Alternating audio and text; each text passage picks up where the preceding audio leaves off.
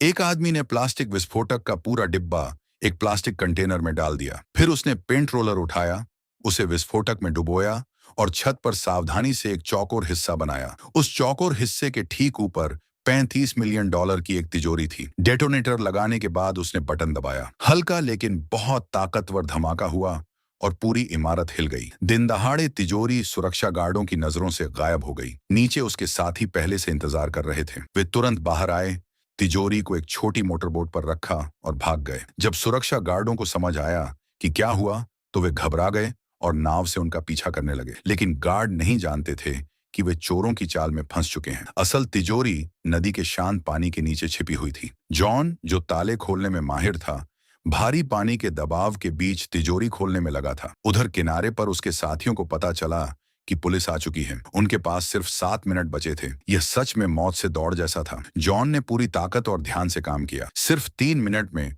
उसने मुश्किल ताला खोल दिया। तिजोरी खुलते ही ढेर सारा चमकता सोना दिखाई दिया। सोने की चमक आंखों को चौंधिया रही थी।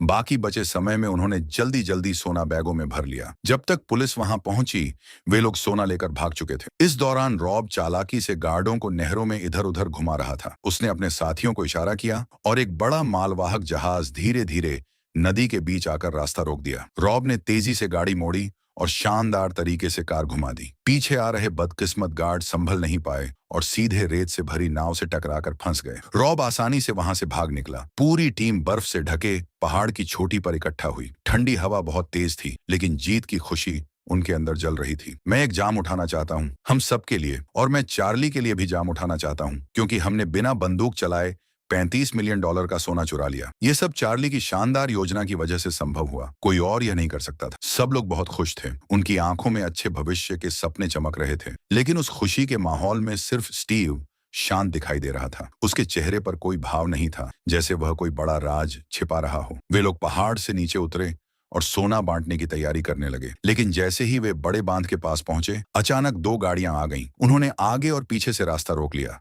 अब उनके पास भागने का कोई रास्ता नहीं था। हाथ स्टीयरिंग से हटाओ, स्टीव। किसी ने सोचा भी नहीं था कि स्टीव गद्दार निकलेगा। उसने अपना असली चेहरा दिखाया, एक निर्दयी और बेरहम इंसान। वह सारा सोना खुद ले जाना चाहता था। जॉन गुस्से से कांप उठा। उसकी आंखों में आग दिखाई दे रही थी। तुम कहीं भी भाग जाओ, हम तुम्हें ढूंढ लेंगे, स्टीव। लेकिन स्टीव पर कोई असर नहीं हुआ। उसने बिना सोचे गोली चला दी और जॉन को मार डाला। यह देखकर रॉब ने तुरंत कार को बर्फीली झील में घुसा दिया। कार बेकाबू होकर घूमने लगी और सब लोग चीखने लगे। कार झील के गहरे पानी में डूब गई। लेकिन स्टीव फिर भी नहीं रुका। वह लगातार गोलियां चलाता रहा। गोलियां बारिश की तरह पानी पर गिर रही थीं। स्टीव सबको मार देना चाहता था। फिर उसने जॉन की लाश को पानी की सतह पर तैरते देखा। अब उसे यकीन हो गया कि बाकी सब लोग भी झील में डूबकर मर चुके हैं। तभी वह घमंड से मुस्कुराया और अपने आदमियों के साथ वहां से चला गया। खुशकिस्मती से कार में अतिरिक्त ऑक्सीजन टैंक थे। उसी की वजह से बाकी लोग किसी तरह बच गए। किनारे पर पहुंचने के बाद चार्ली ने जॉन की लाश को कसकर पकड़ लिया। वह दुख और गुस्से से टूट चुका था। उसकी आंखों में बदले की आग जल रही थी। अब पहले से भी ज्यादा खतरनाक बदले की लड़ाई शुरू होने वाली थी। 1 साल तक तलाश करने के बाद चार्ली को आखिरकार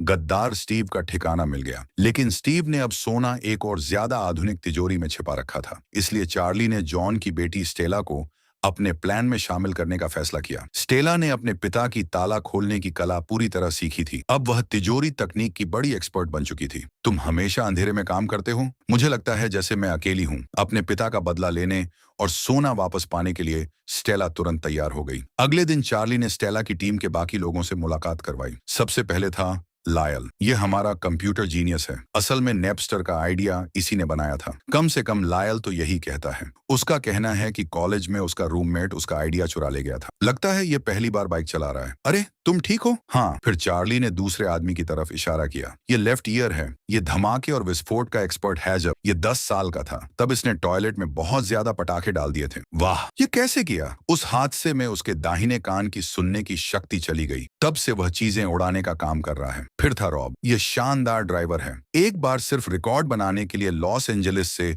लंबी पुलिस चेज की थी। खबरों में आने के बाद इसे महिलाओं के 110 प्रेम पत्र मिले थे। फिर स्टेला ने पूछा, और तुम? तुमने चोरी करना कैसे शुरू किया? चार्ली मुस्कुराया। मैं तो बचपन से ही चोर हूँ। उसके बाद चार्ली पूरी टीम को लेकर चुपके से स्टीव की हवेली के बाहर निगरानी करने लगा। लेकिन जल्दी ही सबकी उम्मीद टूटने लगी। हवेली में बहुत खतरनाक सुरक्षा व्यवस्था थी। हर जगह हथियारबंद गार्ड घूम रहे थे। ऊपर से आंगन में 2 खतरनाक कुत्ते भी थे। तभी अचानक एक जाना पहचाना चेहरा दिखाई दिया। वह स्टीव था। वह घबराया हुआ लग रहा था और चुपके से एक भारी सूटकेस अपनी कार में रख रहा था। पुराने दुश्मन को देखकर चार्ली के अंदर फिर से नफरत भर गई। घर से निकलने के बाद स्टीव एक ज्वेलरी दुकान पर गया। असल में वह सोना बेचने की कोशिश कर रहा था। इतना ज्यादा सोना वह खुलेआम नहीं बेच सकता था, इसलिए वह ब्लैक मार्केट में थोड़ा थोड़ा करके बेचने का रास्ता ढूंढ रहा था। चार्ली ने पूरी टीम को इकट्ठा किया और प्लान समझाया। मिशन का पहला कदम था चुपके से स्टीव के घर में घुसना, अंदर की तस्वीरें लेना और उसके सिक्योरिटी कैमरा सिस्टम को हैक करना। यह काम बेहद मुश्किल और खतरनाक था, लेकिन कंप्यूटर जीनियस लायल ने कहा कि यह काम तो बहुत आसान है। अगले दिन लायल और रॉब टेलीकॉम कंपनी के बाहर छिपकर बैठ गए। वे पैच नाम की एक महिला टेक्नीशियन पर नजर रख रहे थे। उन्हें कंपनी की यूनिफॉर्म और टेलीकॉम रिपेयर ट्रक चाहिए था, लेकिन रॉब के लिए यह कोई मुश्किल काम नहीं था। कुछ मीठी बातों से ही रॉब ने पैच का दिल जीत लिया और आसानी से ट्रक की चाबी ले ली। इसके बाद स्टेला ने टेलीकॉम कंपनी की यूनिफॉर्म पहनी, पैच बनकर ट्रक चलाया और वहां से निकल गई। फिर लेफ्ट ईयर ने उपकरण बॉक्स खोला और जानबूझकर स्टीव की नेटवर्क केबल काट दी। स्टीव ने देखा कि सिक्योरिटी कैमरे बंद हो गए हैं और टीवी पर सिर्फ खराब सिग्नल आ रहा है। उसने तुरंत गार्ड को टेलीकॉम कंपनी में शिकायत करने को कहा। स्टेला ट्रक लेकर स्टीव के घर के पास पहुंची। उधर लायल गार्ड और टेलीकॉम कंपनी की बातचीत सुन रहा था। अब पूरा मिशन स्टेला के ऊपर था। रॉब ने उसे नकली पहचान पत्र दिए। चार्ली ने उसके शरीर पर एक छोटा कैमरा लगा दिया। उसने स्टेला से कहा कि उसे हर हाल में तिजोरी की जगह पता करनी है। स्टेला बहुत दबाव में थी, लेकिन फिर भी हिम्मत के साथ मिशन पर निकल पड़ी। गार्ड ने उसके कागज ध्यान से देखे, लेकिन स्टेला ने उसे आसानी से बेवकूफ बना दिया। जैसे ही वह हवेली के अंदर गई, 2 खतरनाक कुत्ते अचानक कार पर झपट पड़े। वे खिड़की पर पंजे मारने लगे। स्टेला डर से कांप उठी। तभी स्टीव वहां आ गया और कुत्तों को पीछे हटने का आदेश दिया। जब उसने खूबसूरत स्टेला को देखा तो वह तुरंत उससे अच्छे से बात करने लगा। हवेली के अंदर स्टीव लगातार अपनी आलीशान जिंदगी का दिखावा करता रहा। जब स्टेला स्टीव के ऑफिस में पहुंची तो उसने चुपके से बगल वाले छोटे कमरे का दरवाजा खोल दिया। वहां सचमुच तिजोरी रखी हुई थी, लेकिन चालाक स्टीव ने तुरंत यह देख लिया। वह जल्दी से दरवाजा बंद करने आया और बोला कि वहां कोई केबल नहीं है। स्टेला शांत रही। वह दिखावा करती रही कि वह पूरे घर की जांच कर रही है, लेकिन असल में वह कमरे की सारी वीडियो रिकॉर्डिंग कर चुकी थी। मिशन पूरा होने के बाद स्टेला ने कहा कि मरम्मत खत्म हो गई है। सिग्नल मिलते ही लेफ्ट ईयर ने फिर से नेटवर्क केबल जोड़ दी। जब स्टीव ने टीवी चालू किया तो सब कुछ फिर से सामान्य हो गया। जैसे ही स्टेला जाने लगी, स्टीव ने अचानक उसे डिनर पर बुला लिया। अपने पिता के कातिल को सामने देखकर स्टेला के दिल में बहुत गुस्सा था, लेकिन उसने ना भी नहीं कहा और हाँ भी नहीं की, क्योंकि वह इस मौके को आगे की योजना के लिए बचाकर रखना चाहती थी। बेस पर लौटने के बाद लायल ने वीडियो देखकर हवेली का नक्शा बनाया, लेकिन अब एक नई मुश्किल सामने आई। मुख्य दरवाजे और तिजोरी के बीच काफी लंबा रास्ता था। लगभग 1 टन भारी तिजोरी को हाथ से बाहर ले जाना बहुत मुश्किल था। फिर नाप लेने के बाद लायल ने पता लगाया कि हॉलवे 6 फीट चौड़ा है। यह सुनकर चार्ली के दिमाग में अचानक एक शानदार आइडिया आया। चार्ली का आइडिया था कि वे लोग मिनी कार को सीधे हवेली के हॉलवे के अंदर चला सकते हैं। उन्होंने मिनी कार में वजन रखकर सोने का भार जैसा बनाया। फिर स्टेला से उसी तरह के नकली मॉडल घर में कार चलवाकर टेस्ट किया। टेस्ट सफल रहा, लेकिन एक बड़ी समस्या सामने आई। कार का सस्पेंशन इतना मजबूत नहीं था कि इतना भारी वजन उठा सके। तब रॉब ने बहुत मेहनत करके एक वाहन मॉडिफिकेशन एक्सपर्ट ढूंढा जो मिनी कार को खास तरीके से मजबूत बना सके। चार्ली, ये रेंच है, कैसे हो? रॉब कहता है कि तुम बहुत टैलेंटेड हो। हमें कार में कुछ खास बदलाव करवाने हैं। हमें इन मिनी कारों में लगभग 2700 पाउंड सामान भरना है और कार इतनी ताकतवर होनी चाहिए कि पीछा करने वालों से तेज भाग सके। 2700 पाउंड किस चीज का? जो भी हो, ठीक है। इस काम के बदले मुझे क्या मिलेगा? $10,000। उधर स्टीव स्टेला को प्रभावित करने के लिए फिर से कुछ सोना ज्वेलरी दुकान पर बेचने ले गया, लेकिन सौदे के दौरान दुकान के मालिक ने गलती से वेनिस का नाम ले लिया। यह सुनते ही स्टीव डर गया, क्योंकि सोने की ईंटों पर एक पेरिस की डांसर की तस्वीर बनी थी जो वेनिस चोरी का खास निशान थी। स्टीव को डर था कि ज्वेलरी वाला उसका राज खोल देगा, इसीलिए उसने बेरहमी से उसे मार डाला। उसके बाद उसने जल्दी से सोना और पैसे पैक किए और भागने की तैयारी करने लगा। तभी दुकान के बाहर एक संदिग्ध कार आकर रुकी। स्टीव घबरा गया। उसने जल्दी से कैश बॉक्स से अपने फिंगरप्रिंट मिटाए और पीछे के दरवाजे से भाग निकला। सामने के दरवाजे से अंदर आने वाला आदमी ज्वेलरी दुकान मालिक का चचेरा भाई था, लेकिन कोई नहीं जानता था कि वह एक खतरनाक माफिया बॉस है। जब उसने अपने भाई की लाश देखी तो वह गुस्से से पागल हो गया। उसने तुरंत ब्लैक मार्केट के उस आदमी को पकड़ लिया जो सोने के सौदे में शामिल था। क्या तुम जानते हो मैं कौन हूं? तुम उन सोने की ईंटों के बारे में पूछ रहे थे जिन पर डांसर की तस्वीर बनी थी। मुझे बताओ क्यों? अब स्टीव के लिए बड़ी मुसीबत आने वाली थी। इधर चार्ली की मिनी कार पूरी तरह मॉडिफाई हो चुकी थी। अब वह कार किसी जानवर जैसी ताकतवर बन गई थी और मुश्किल रास्तों पर भी तेज दौड़ सकती थी। सब कुछ तैयार था। अब वे मिशन शुरू करने के लिए उत्साहित थे। जानते हो मैं अभी क्या सोच रहा हूँ? स्टीव के चेहरे का वो एक्सप्रेशन। जैसे ही स्टीव अपनी स्पोर्ट्स कार लेकर स्टेला से मिलने निकला, चार्ली और उसकी टीम 3 मिनी कूपर कारों में उसकी हवेली की तरफ निकल पड़े। लेकिन किस्मत ने फिर उनका साथ नहीं दिया। रास्ते में चार्ली ने देखा कि स्टीव के पड़ोसी पार्टी कर रहे थे। अगर वे हवेली का गेट उड़ाते तो बहुत ज्यादा ध्यान आकर्षित हो जाता। मजबूरी में उन्हें प्लान रोकना पड़ा। स्टेला पहले स्टीव को धोखा देकर डेट पर नहीं जाने वाली थी, लेकिन अब अगले प्लान के लिए उसे जाना पड़ा। डिनर के दौरान स्टेला को स्टीव के साथ सामान्य व्यवहार करना पड़ा, लेकिन बातचीत में स्टेला की एक छोटी सी गलती से स्टीव को शक होने लगा। इतना अच्छा डिनर, इतनी अच्छी बातें, फिर भी तुम मुझ पर भरोसा नहीं करती? नहीं, ऐसी बात नहीं है। मैं सभी पर भरोसा करता हूँ। मुझे उन लोगों के अंदर का शैतान भरोसे लायक नहीं लगता। ये एक दिलचस्प बात है। बहुत अच्छा कहा। ये तुमने कहाँ सुना? याद नहीं आ रहा? सच में? मैंने एक आदमी को यही बात कहते सुना था, बार बार। उसका नाम जॉन ब्रिजर था। स्टेला ने तुरंत प्रतिक्रिया दी और शराब की बोतल गिरा दी। इसके बाद रेस्टोरेंट में छिपे हुए बाकी लोग अचानक बाहर आ गए और स्टीव को घेर लिया। स्टीव यह देखकर हैरान रह गया। उसने कभी नहीं सोचा था कि वे लोग मरने के बाद भी बच जाएंगे और वापस आ जाएंगे। चार्ली ने स्टीव के सामने साफ कह दिया कि वह अपना सोना वापस लेगा, लेकिन स्टीव बिल्कुल भी नहीं डरा। वह चार्ली की चाल को अच्छे से जानता था। सोना तो पहले ही जा चुका है। नहीं चार्ली, सच में खत्म हो चुका है। मैं आखिरी 2 ईंटें ले जा रहा हूं। तुम मेरे पीछे आना चाहते हो? आ जाओ, लेकिन तुमने अपनी सबसे बड़ी ताकत खो दी है। सरप्राइज। तभी किसी को पता नहीं था कि लायल ने गार्ड की बातचीत सुनकर यह जान लिया था कि स्टीव सोने को एयरपोर्ट ले जाकर भागने वाला है। चार्ली खुश हो गया। अब उसे हवेली में घुसने की जरूरत नहीं थी। मौका खुद मिल गया था। चार्ली ने फैसला किया कि वे लोग ट्रांसपोर्ट के दौरान हमला करेंगे। रॉब को चिंता थी क्योंकि एयरपोर्ट तक कई रास्ते थे और यह पता नहीं था कि स्टीव कौन सा रास्ता लेगा। लेकिन चार्ली ने कहा कि उसने पहले ही प्लान बना लिया है। असल में लायल ने लॉस एंजलिस के ट्रैफिक लाइट सिस्टम को हैक कर लिया था। अब वे बाकी रास्तों को बंद कर सकते थे और स्टीव को एक ही रास्ते पर मजबूर कर सकते थे। लेफ्ट ईयर ने उस रास्ते के टनल में विस्फोटक लगा दिए। लायल ने रेलवे स्टेशन से कैमरों की लाइव निगरानी शुरू कर दी ताकि हर मूवमेंट पर नजर रखी जा सके। एक नया सदस्य रैन सड़क किनारे ट्रक लेकर तैयार खड़ा था। सब लोग गाड़ी में बैठकर इंतजार करने लगे, लेकिन जब काफिला सामने आया तो सब हैरान रह गए। स्टीव ने 3 बख्तरबंद गाड़ियां भेजी थीं ताकि धोखा दिया जा सके और वह खुद हेलीकॉप्टर में बैठकर सब कुछ देख रहा था। लेकिन चार्ली परेशान नहीं हुआ। तीनों गाड़ियां भारी स्टील के राक्षसों जैसी थीं, लेकिन असली सोना सिर्फ एक में था। अब सबसे बड़ी समस्या थी कौन सी गाड़ी में सोना है। चार्ली के लिए यह आसान था। उसने कहा, लायल ट्रैफिक कैमरे खोलो। पहली ट्रक कैमरा से गुजर रही है। वे युकाइपा से गुजरेंगे। देखो कौन सी गाड़ी नीचे झुकी हुई है। बस याद रखो। ठीक है, पहले 2 ट्रक एक जैसे हैं तो समझो हमें ट्रक नंबर 128 मिल गया है। ये जानकारी मिलते ही बाकी लोग तुरंत उस टारगेट को पकड़ लेते हैं। लायल जल्दी से कंप्यूटर में कमांड डालता है और शहर का ट्रैफिक सिस्टम हैक कर लेता है। उसने सभी ट्रैफिक लाइट हरी कर दी। इसके कारण सड़क पर बड़ा हादसा हो जाता है और पूरा रास्ता जाम हो जाता है। लायल जानबूझकर तय किए गए रास्ते की लाइटें हरी रखता है। जैसा उसने सोचा था, बख्तरबंद गाड़ियां उसी रास्ते पर चल पड़ती हैं और उनके जाल में फंसने लगती हैं। तभी लायल को पता चलता है कि अभी अभी मेट्रो ट्रेन स्टेशन से निकल चुकी है और अगली ट्रेन 90 सेकंड बाद आएगी। चार्ली तुरंत सबको गाड़ी घुमाने का आदेश देता है। वे लोग तेजी से भीड़ के बीच से निकलते हैं और मेट्रो स्टेशन की ओर भागते हैं। वे किसी तरह समय पर अगली ट्रेन तक पहुंच जाते हैं। सब लोग प्लेटफॉर्म पर दौड़ते हैं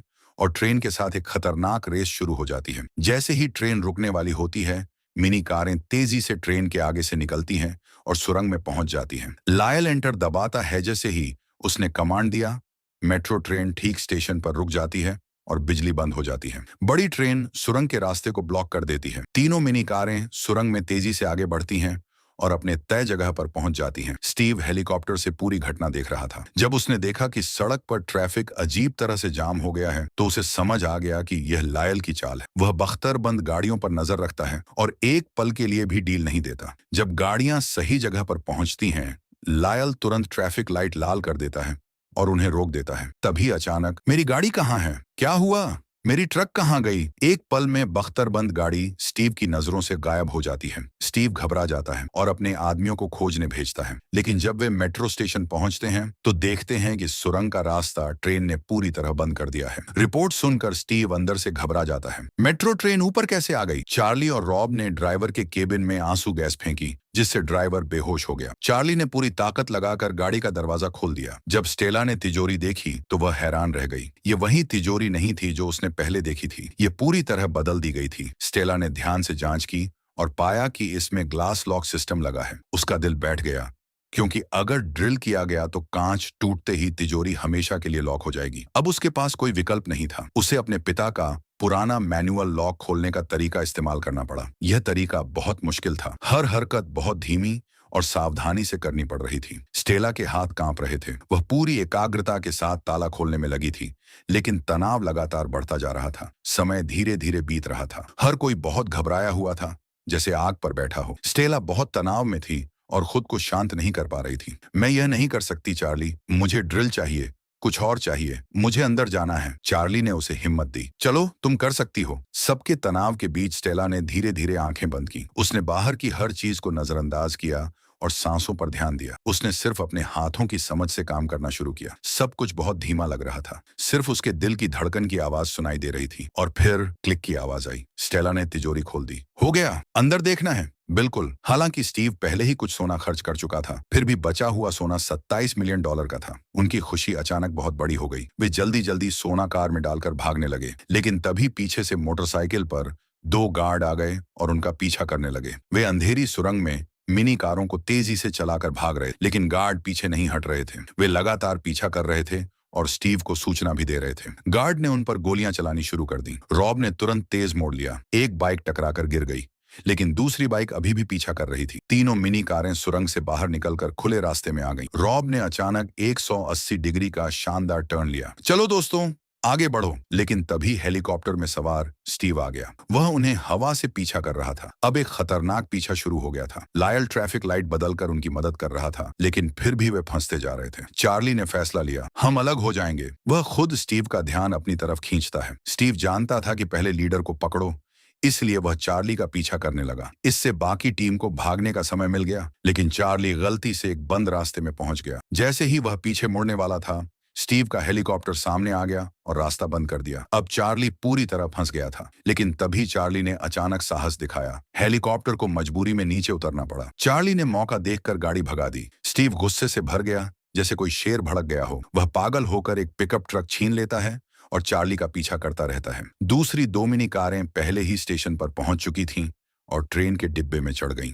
चार्ली भी समय पर पहुंच गया और आखिरी पल में ट्रेन में कूद गया। उसी समय स्टीव भी स्टेशन तक पहुंच चुका था। वह दीवार के पीछे छिपकर यह सब देख रहा था। जैसे ही उसे दिखा कि ट्रेन के दरवाजे बंद होने वाले हैं, वह घबरा गया और टिकट चेक करने वाले को रिश्वत देने की कोशिश करने लगा ताकि वह ट्रेन में चढ़ सके। लेकिन उसे नहीं पता था कि वह टिकट इंस्पेक्टर भी चार्ली की टीम का सदस्य था। जैसे ही ट्रेन का दरवाजा खुला, स्टीव अपनी आंखों पर यकीन नहीं कर पाया। चार्ली बाहर आया और मजाक उड़ाते हुए हंसने लगा। उसने कहा कि स्टीव ने पूरी योजना बनाई थी, लेकिन अंत में सोना फिर भी उसके हाथ लग गया। स्टीव गुस्से से भर गया और बंदूक निकालकर धमकी दी कि वह सोना वापस करे, लेकिन चार्ली बिल्कुल नहीं डरा। तभी पीछे से 2 मजबूत आदमी आए और स्टीव की गर्दन पर बंदूक तान दी। स्टीव को विश्वास नहीं हुआ कि चार्ली ने एक माफिया बॉस के साथ भी हाथ मिला लिया है। स्टीव ने चालाकी से उन्हें लड़ाने की कोशिश की, लेकिन उसे नहीं पता था कि चार्ली पहले ही माफिया बॉस को पैसे देने का वादा कर चुका था। माफिया बॉस चाहता था कि स्टीव तुरंत न मरे, बल्कि उसे अपने कारखाने ले जाकर धीरे धीरे सजा दी जाए। चार्ली और उसकी टीम ने सोना वापस ले लिया और गद्दार को सजा दी। फिल्म के अंत में सभी ने मिलकर जाम उठाया और अपनी जीत का जश्न मनाया, और इस तरह कहानी खत्म हुई।